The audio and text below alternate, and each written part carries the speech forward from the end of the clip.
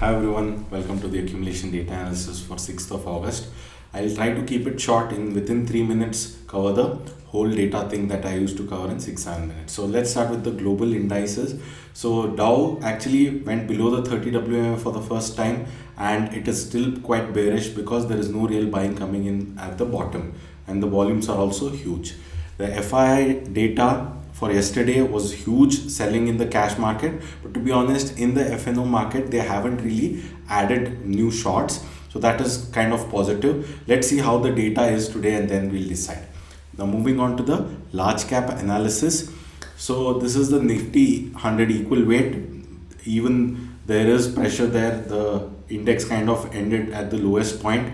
Probably it might take some support at the lower end of the parallel channel here, right?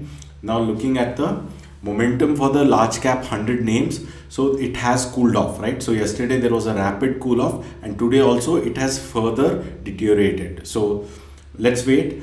Large cap accumulation, again there also there is a pretty decent fall. So there was no real buying that has come in today after yesterday's dip. Now moving on to the mid cap analysis.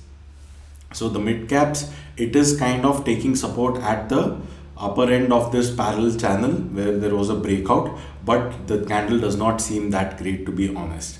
And if you look at the mid cap momentum, although it is around the same level or a little lower, there is no real improvement. And even the data, that is the mid cap accumulation, has fallen from the highs that we saw yesterday. So that means no fresh buying is happening, aggressive buying is happening. So now coming to the small cap accumulation, here the momentum has further cooled off. So most of the stocks are going lower and lower, especially in the all the three indices, right? So let's look at the small cap accumulation. Again, it has gone below the average.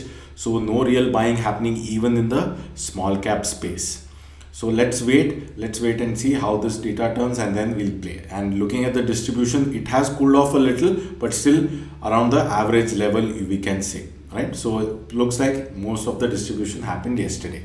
Now looking at the best performing index, that is the Nifty Realty, which was up 0.84%. Others were all down below that, right? Maybe it can do an inverse head and shoulder and then fall. The worst performer was actually the PSU Bank, wherein it has cracked almost 1.26% and looks quite bearish.